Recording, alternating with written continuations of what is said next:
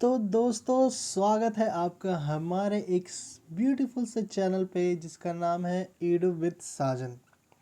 तो जी दोस्तों, मैं आ गया हूँ क्लास 11th का बायोलॉजी का chapter first, the living world. तो बेसिकली मैं इस वीडियो में आप लोगों को अच्छे से बता दूँ कि ये वीडियो उन लोगों के लिए ज़्यादा हेल्पफुल होने वाली है जो बोर्ड्स की तैयारी कर रहे हैं अपने, और जो नीट के बेसिस पे बोर्ड्स भी देने वाले हैं या नीट की तैयारी करते करते बोर्ड्स की तैयारी कर रहे हैं। उन लोगों के लिए बहुत ज़्यादा ही हेल्पफुल होने वाली है, क्योंकि इस वीडियो में सिंपल लैंग्वेज और अच्छे से एक्सप्लेनेशन किया गया है।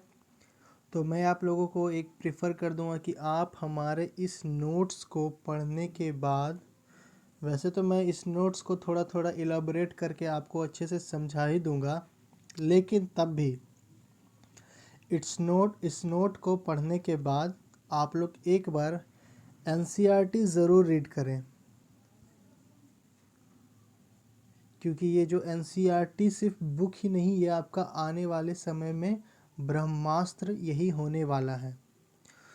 तो बिना देर किए अपने लेक्चर को स्टार्ट करेंगे, लेकिन उससे पहले यार, अगर आप हमारे चैनल पे न्यू हैं तो प्लीज़ यार सब्सक्राइब ज़रूर कर देना, क्योंकि सब्सक्राइब करने से हमारा मोटिवेशन और अच्छे अच्छे कंटेंट लाने की प्रोत्साहन बढ़ती है। सो हमारे चैप्टर 1 का आ गया है, ये रहे आपके चैप्टर 1 के नोटिफिकेशन आ गए हैं, तो हम इसे अच्छे से आप लोगों के सामने रखते हैं। Chapter 1 the living world, points to remember. ये सारे जितने पॉइंट्स आपको मैं अभी जो दिखाने वाला हूँ, बस आपको उनके बारे में समझना है और ज़्यादा बात नहीं है। और इसके एंड में आपको मैं बहुत सारे क्वेश्चंस भी दूंगा जो आपको करने हैं, और इसी को पढ़ के आपके उन सारे क्वेश्चन हो जाएंगे, तो टेंशन वाली कोई भी बात नहीं है। अगर आपको इसका पीडीएफ चाहिए तो कमेंट बॉक्स में ज़रूर कमेंट करना, ताकि मैं पीडीएफ भी अवेलेबल करा दूंगा। वैसे तो मैं अभी पीडीएफ नहीं देने वाला, अगर आपको ज़रूरत हो तो मैं पीडीएफ अवेलेबल करा दूंगा, बस कमेंट बॉक्स में आप लोग कमेंट कर देना। तो ये बच्चों 2022 के लिए है, जो हार्ड वर्क पे नहीं स्मार्ट वर्क पे बिलीव करते हैं। तो चलिए चलते हैं हमारे नोट्स पे। तो पॉइंट्स टू रिमेंबर में हमारा पहला नोट कहता है कि ऑर्गेनिजम्स जैसे micro organisms, plants and animal, जो लाइफ जो जीते हैं, जो लिविंग हैं वे। और हमारा दूसरा पॉइंट कहता है कि life is a complex organisation, जो हमारा लाइफ है वो बहुत ही कॉम्प्लेक्स है, expressing itself through chemical reaction and exhibits character of living organisms। जो हमारा लाइफ है बहुत ज़्यादा ही कॉम्प्लेक्स है, और ये अपने आप को दिखाता है केमिकल रिएक्शन के थ्रू, और जैसे ये अपने आप को दर्शा रहा है इन कैरेक्टरिस्टिक्स चीज़ों में। तो जो हमारे कैरेक्टरिस्टिक्स चीज़ों में, जो हमारे लाइफ के लिविंग ऑफ कैरेक्टरिस्टिक्स हैं, वो आपको देखिए थर्ड पॉइंट में दिख रहा होगा। तो देखो, कैरेक्टरिस्टिक्स ऑफ लिविंग ऑर्गेनिम्स, जो लिविंग ऑर्गेनिम्स है उसके कैरेक्टरिस्टिक्स क्या क्या है, तो आप लोग अच्छे से देख लो कि उसके कैरेक्टरिस्टिक्स होते हैं growth, reproduction, metabolism, cellular organisation, consciousness and ability to sense environment and self replicating and self regulation. तो हमारे जो इतने सारे देख रहे हैं वे कैरेक्टरिस्टिक है किसके, लिविंग के।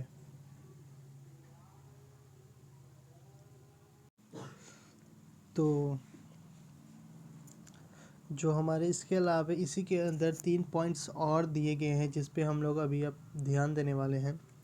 तो ये पॉइंट कहता है कि reproduction and growth are not defining feature, are not defining properties of living organism. ठीक ना।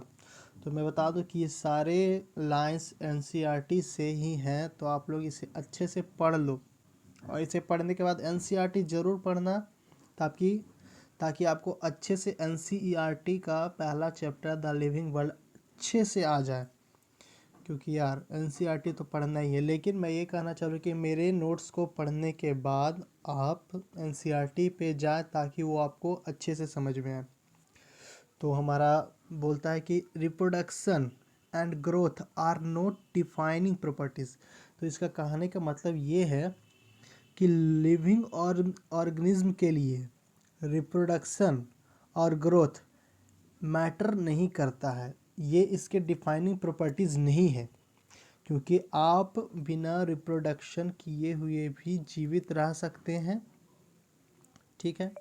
और आई ग्रोथ की बारी, तो यहाँ लिविंग में नहीं बल्कि नॉन लिविंग में भी ग्रोथ होते हैं। तो जैसे मैं आपको एग्जांपल बता दूं कि जैसे आप पहाड़ देख लीजिए, जैसे कि फिर से देख लो।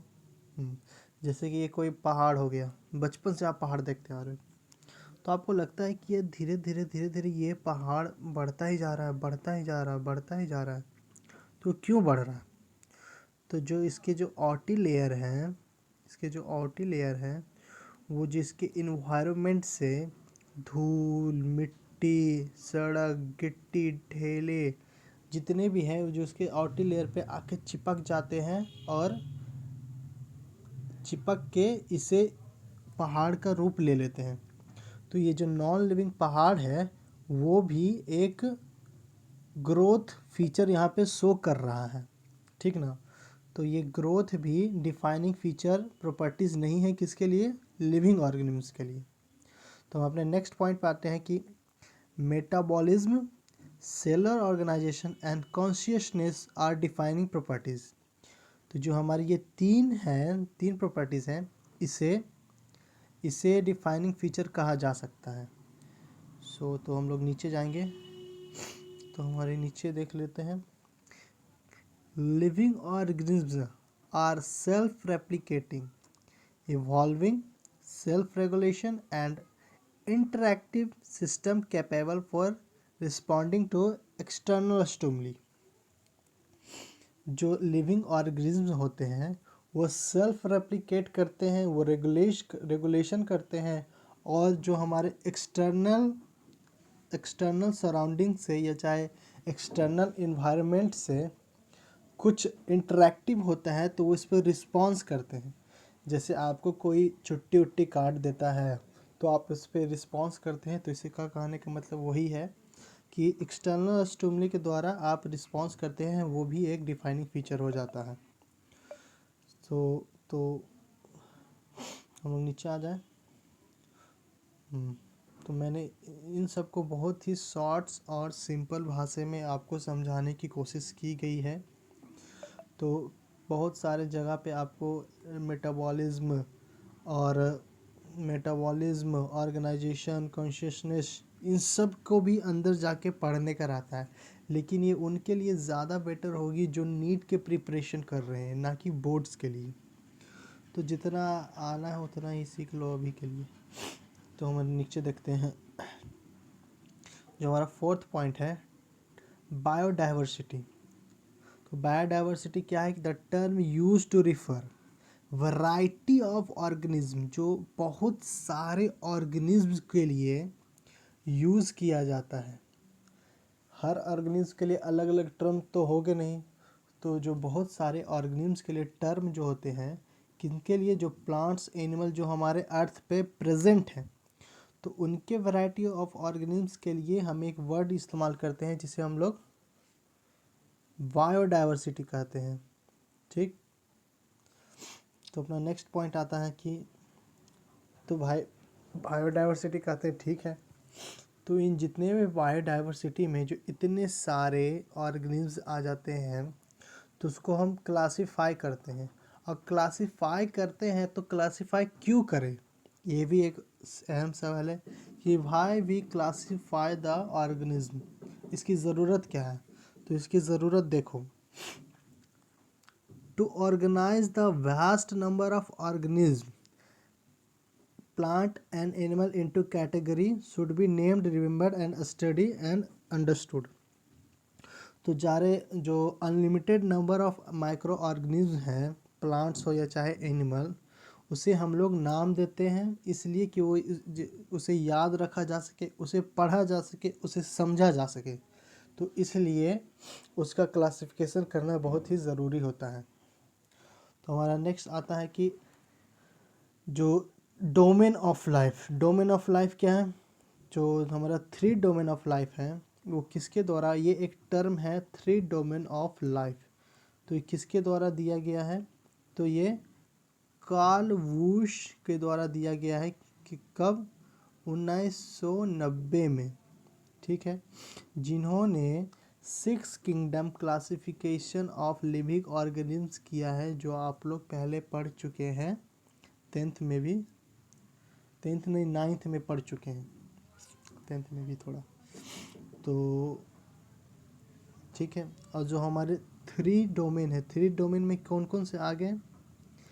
तो 3 डोमेन में आपके आ गए आर्की, बैक्टीरिया, आर्की आ गया, फिर बैक्टीरिया आ गया, फिर यूक्रे आ गया। तो अब हम लोग थोड़े नीचे देख लेते हैं।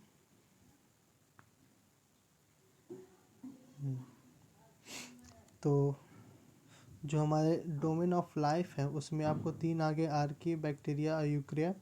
तो जो आर्की में हमारे आ जाते हैं आर्की बैक्टीरिया किंगडम। अब बैक्टीरिया में जितने भी यूटिक्यूरिया हैं ये सारे आ जाएंगे, और यूकेरिया में हमारे आ जाते हैं protista, fungi, Plantae and Animalia. तो ये हमारे 6 किंगडम हो गए आपको, 1 2 3 4 5 6। ओके, तो हम लोग नेक्स्ट की ओर बढ़ेंगे कि टैक्सोनॉमी टर्म क्या है। सो हमारा टैक्सोनॉमी टर्म है study of principle procedures of identification, nomenclature and classification. जो हमारा स्टडी ऑफ, हमारा टैक्सोनॉमी बोलता है कि जो हमारे जितने सारे भी ऑर्गेनिज्म हैं, जितने सारे ऑर्गेनिज्म हैं उनके नोमेनक्लेचर, उनके क्लासिफिकेशन और उसके आइडेंटिफिकेशन के जो एक संग्रह होता है, जो जो उसके जो संग्रह को, उसके प्रिंसिपल को, उसके स्टडी को ही हम लोग टैक्सोनॉमी कहते हैं। ठीक है, तो हमारा सिस्टेमैटिक्स क्या होता है भाई? तो it deals with classification of organisation. ये डील करता है ऑर्गेनाइजेशन के क्लासिफिकेशन के साथ जो आधारित होते हैं diversities and relationship among them, जो आधारित होते हैं एक दूसरे से रिलेशनशिप में, यानी लिंक्ड रहते हैं, जो कनेक्टिंग लिंक रहते हैं उनसे, ये रिलेशनशिप से आधारित होते हैं, उन पे बेस्ड रहते हैं, उन्हें हम लोग सिस्टेमैटिक्स कहते हैं। तो सिस्टेमैटिक भाई किसने दिया?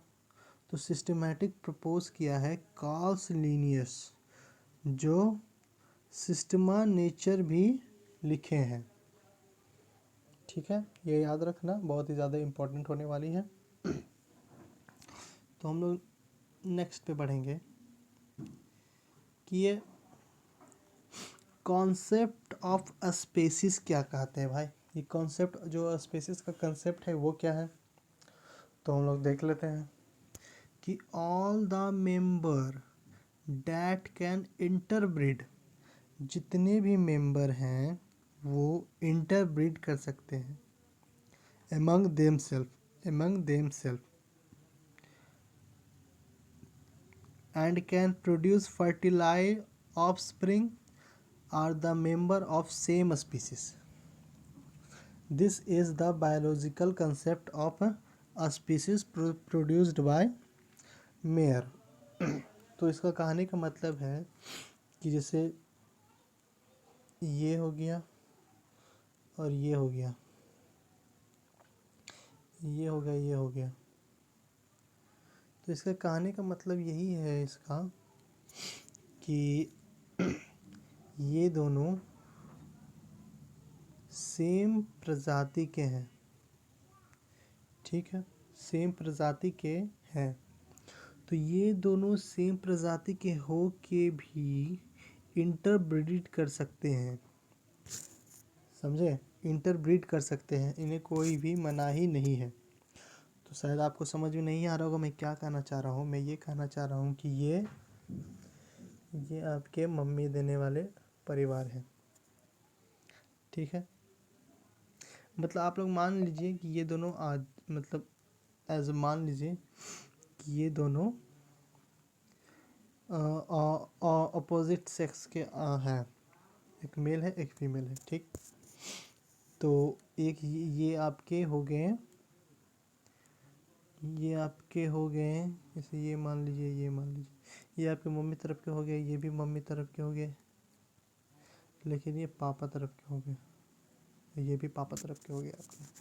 तो इसके अनुसार, कंसेप्ट ऑफ स्पीसीज के अनुसार, ये दोनों मम्मी के तरफ वाले जो हैं वो इंटरब्रीड कर सकते हैं इस कंसेप्ट के अनुसार। आप लोग समझ रहे हैं हम क्या कहना चाह रहे हैं। और जो हमारे पापा जैसे जो पापा के ग्रुप के हैं वो लोग पापा के ही ग्रुप में इंटरब्रीड कर सकते हैं और न्यू ऑफस्प्रिंग प्रोड्यूस कर सकते हैं। तो आप लोग समझ रहे हो कि आपको क्या कहना होगा, क्या कहना चाह रहे हैं। The all member can interbreed among them self. Interbreed जितने भी मेंबर हैं, जितने भी मेंबर हैं वो लोग अपने आप में इंटरब्रीड कर सकते हैं ऑफ स्प्रिंग प्रोड्यूस करने के लिए, ठीक है। तो इस बायोलॉजिकल कंसेप्ट को मेयर ने प्रोड्यूस किया है, सॉरी मेयर ने प्रपोज्ड किया है। तो टेक्सा, टेक्सा क्या है भाई? तो टेक्सा ईच कैटेगरी, इसका मतलब हर एक यूनिट ऑफ क्लासिफिकेशन टेक्सन कहलाता है, ठीक है। तो नेक्स्ट बढ़ते हैं कि ये टेक्सोनोमी हायरार्की क्या है। तो classification of organism in definite sequence, जो डिफिनिट सीक्वेंस में सरियाया जाए, यानी डिफिनिट सीक्वेंस में रैक किया जाए या चाहे धरा जाए, या चाहे असेंडिंग ऑर्डर में सजाया जाए या चाहे डिसेंडिंग ऑर्डर में सजाया जाए, लेकिन उसका एक डिफिनिट सीक्वेंस होना चाहिए। तो ऐसे इस क्लासिफिकेशन को हम लोग टेक्सोनोमी हायरार्की बोलते हैं, ठीक है। तो देखो इसके हम डिसेंडिंग ऑर्डर में हम लोग दर्शाया गया है कि पहले आता है किंगडम, फिर फाइलम, फाइलम हो जाता है प्लांट के लिए, डिवीजन हो जाता है एनिमल के लिए, फिर class, then order, then family, then genus, then species. तो ये जो हमारा क्लासिफिकेशन गया है ये एक डिफिनिट क्लासिफिकेशन है, ठीक है। ये एक डिफिनिट क्लासिफिकेशन है जो डिसेंडिंग ऑर्डर में सरियाया गया है। तो अपना नेक्स्ट आ जाते हैं कि बायोनोमियल नोमेनक्लेचर किसे कहा गया है।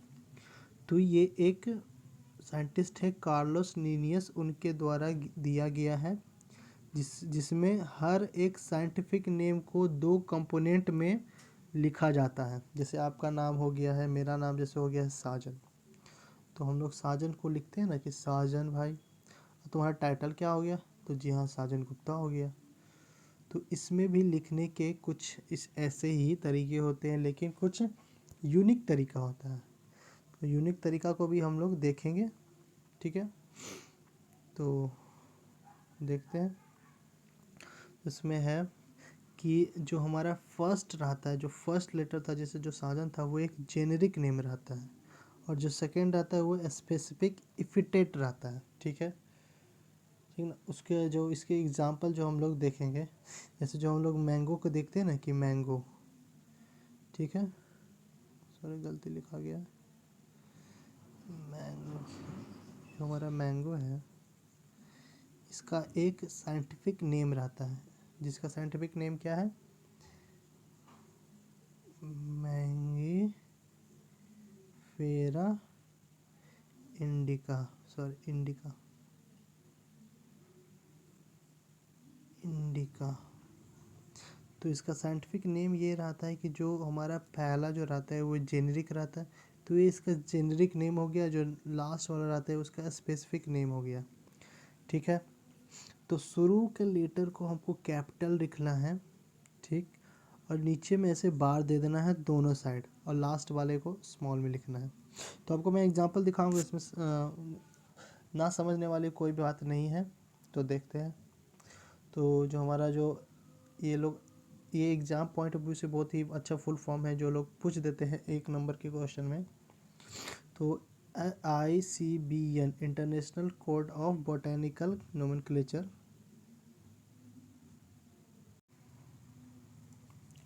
तो जो हमारे दोनों फुल फॉर्म है उसका कहने का मतलब है कि international code for botanical garden. तो जो हमारा ICBN है, जो VN है वो स्टैंड करता है प्लांट्स के लिए, for giving scientific name to plant. और जो हमारा Z है, Z स्टैंड करता है जूलॉजिकल के लिए, जो हमारा एनिमल के लिए स्टैंड करता है, ठीक है। तो जो हम नोमेनक्लेचर करते हैं, जो हमको आपको बताया ना, जो हम लोग लिखते हैं नाम, वो उसका लिखने का रूल क्या होता है। तो रूल ऑफ नोमेनक्लेचर है कि लैटिनाइज्ड नेम आर यूज्ड होते हैं, जिसमें फर्स्ट वर्ड जीनस का होता है और सेकेंड वर्ड स्पीसीज का होता है। तो printed in italics if handwritten, ये लोग सॉरी, तो हम लोग कहाँ थे, तो ये जो जब इस नाम को प्रिंट किया जाता है ना, तो उसे इटैलिक्स में लिखा जाता है। और जब आप लोग हाथ से लिखते हैं, जो हैंड रिटन रहता है, तो उसके नीचे हम लोग अलग अलग करके सेपरेटली अंडरलाइन कर देते हैं, ठीक है। तो जिसका फर्स्ट वर्ड स्टार्ट होता है कैपिटल से, जो स्पेसिस कराते हैं, एंड स्मॉल वर्ड होता है, जो इसका फर्स्ट वर्ड रहता है कैपिटल से, और जो स्पेसिस का नेम रहता है वो स्टार्ट होता है स्मॉल लेटर से। तो हम लोग जैसे देख लो, साइंटिफिक नेम इतने सारे दिए गए हैं, मैन का दिया गया है, हाउस फ्लाई का दिया गया है, मैंगो का दिया गया है, वीट का दिया गया है। तो उसके नीचे में आप लोग अंडरलाइन करना नहीं भूलिएगा, वरना आधा नंबर काट लेगा आपके एग्ज़ाम में, ठीक है। आप लोग को सिस्टम के अनुसार चलना पड़ेगा। सो हियर वी डन, ठीक है दोस्तों। तो अब आ जाते हैं हमारे 70 नंबर के टर्म में। तो taxonomical aids are the tool for study of taxonomy, ठीक है। तो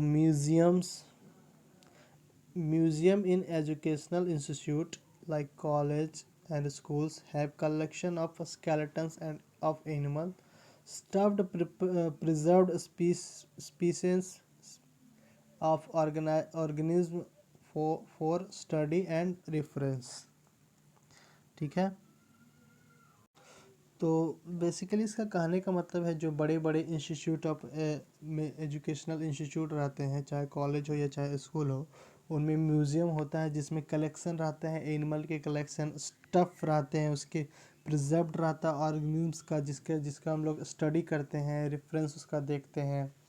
जैसे कि आप लोगों ने भी कुछ किया होगा ऐसे कि आपके कोई बुक है, बुक पे कोई गुलाब का पेड़ फूल डालो, और अगर कोई सेकंड हैंड बुक खरीदे होगा तो आप लोगों ने देखा होगा कि अरे इसमें तो गुलाब का फूल डाला हुआ जो बहुत ही चिप गया है, बहुत पतला हो गया है। तो उसी का स्टडी करते हैं हम लोग, ठीक है ना। तो इस लाइन में बेसिकली यही बताया गया है। तो हमारे देखते हैं कि जूलॉजिकल पार्क। तो जूलॉजिकल पार्क क्या है भाई। तो जूलॉजिकल पार्क, थोड़ा सा रंग चेंज कर लेते हैं।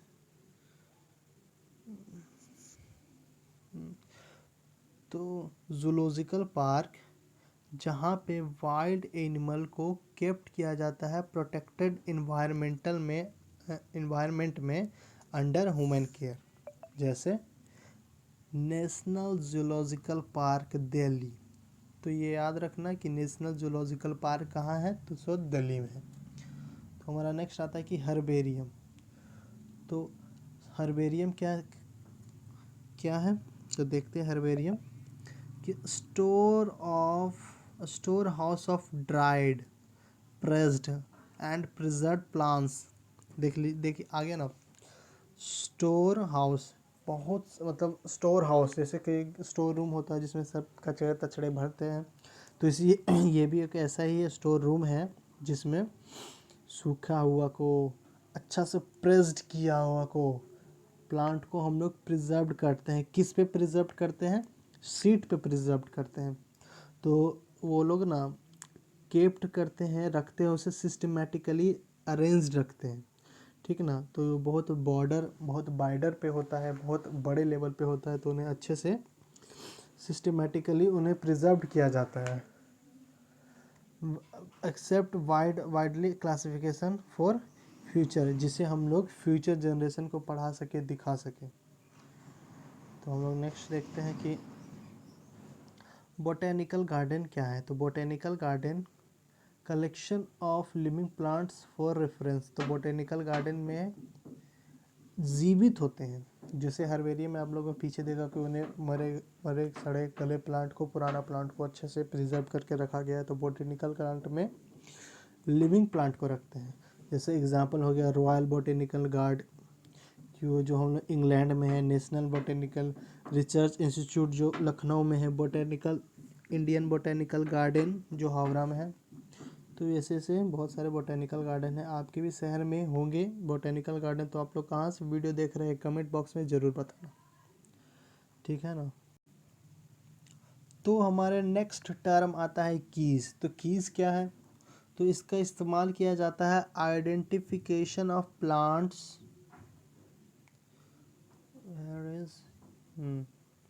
identification of plants animal on the basis of similarities and dissimilarities। तो जैसे जैसे जैसे मान के चलिए कि यहाँ पे हो गया, जैसे किसी को मान के चलिए कि जैसे डॉग ले लिए, और कोई और जानवर का नाम ले लिए, गोट ले लिए, तो उसे उसी सिमिलैरिटीज और डिससिमिलैरिटीज में आइडेंटिफिकेशन के लिए यूज किया जाता है, ठीक है ना। तो कपलेट का क्या हो गया? तो ये अल्टरनेटिव कैरेक्टरिस्टिक है, statement used in keys to identify the organisation. तो जैसे आप लोग, जैसे ऊपर में ही कीज दिया गया है, कीज का दिया गया है, तो इसका मतलब जैसे हम लोग, जैसे जो हम लोग डॉग लिए थे एग्जांपल में, और वैसे ही अगर कोई नया जानवर मिला तो उसको हम लोग देखते हैं कि ये किससे मैच हो रहा है, ठीक है ना। तो ये किससे मैच हो रहा है, और इधर एक और एनिमल या चाहे प्लांट कुछ का भी हो उसे रखते हैं और दोनों से मिलाते हैं कि ये जो हमारा न्यू स्पेसिस है, जो प्लांट या एनिमल कोई भी हो सकता है, तो किससे मैच खा रहा है, किससे सिमिलरिटीज़ ज़्यादा मिल रही है और किससे डिससिमिलरिटीज़ मिल रही है, ठीक ना। तो उसी आइडेंटिफाई ऑर्गेनाइजेशन को हम लोग कपलेट बोलते हैं, ठीक। तो हमारा नेक्स्ट का आता है कि ईच स्टेटमेंट ऑफ की, हर एक स्टेटमेंट की का लीड कहलाता है, ठीक है, लीड। तो हम लोग फ्लोरा के बारे में देखते हैं कि index to plant species found in particular area. जो फ्लोरा है वो एक प्लांट स्पीसीज है जो एक पर्टिकुलर एरिया में फाउंड होता है, जो हर जगह फाउंड नहीं होता है। और जो मैनुअल हो गया है वो प्रोवाइड इंफॉर्मेशन कराता है किसका, identification of name of space in area, ठीक है। और जो मोनोग्राफ है वो content information of any one section. तो जो मोनोग्राफ है वो इंफॉर्मेशन कंटेंट करता है, किसका कंटेंट करता है भाई, एक टेक्शन का, उसे ही हम लोग मोनोग्राफ करते हैं। तो हमारे अब ये चैप्टर तो एकदम फुल एंड फाइनली कंप्लीट हो गया है। तो यार मैं सारा चैप्टर का ऐसे ही अच्छे अच्छे से आपको समझा के अच्छे सिंपल लैंग्वेज में आपको बताने वाला हूँ, बिल्कुल सिंपल लैंग्वेज में रहेगा। और मैं बताता हूँ कि इसे पढ़ने के बाद, इसे करने के बाद आप लोग ज़रूर इसे एनसीईआरटी में ज़रूर पढ़ लेना भाई, क्योंकि जब तक आप लोग एनसीईआरटी को कंप्लीट नहीं करोगे तब तक आपका कुछ नहीं होने वाला है। तो एनसीईआरटी को कंप्लीट करो, उसके क्वेश्चन आंसर को कंप्लीट करो, तो आपके बहुत ज़्यादा ही फ़ायदे होने वाले हैं। तो आपको मैं क्वेश्चन दिखा दूँ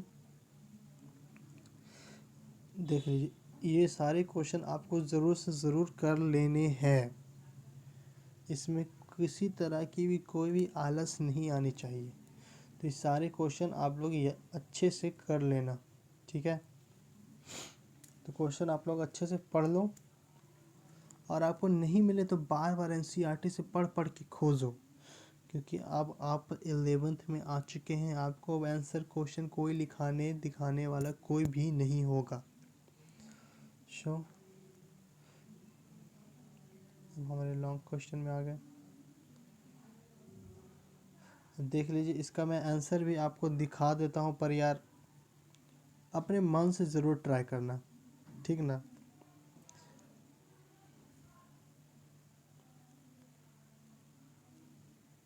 चलो आप लोग अच्छे से जल्दी जल्दी आंसर को अभी मत देखो, आंसर को बाद में देखना। और अगर आपसे कुछ क्वेश्चन नहीं बनते हैं तो ठीक है ना।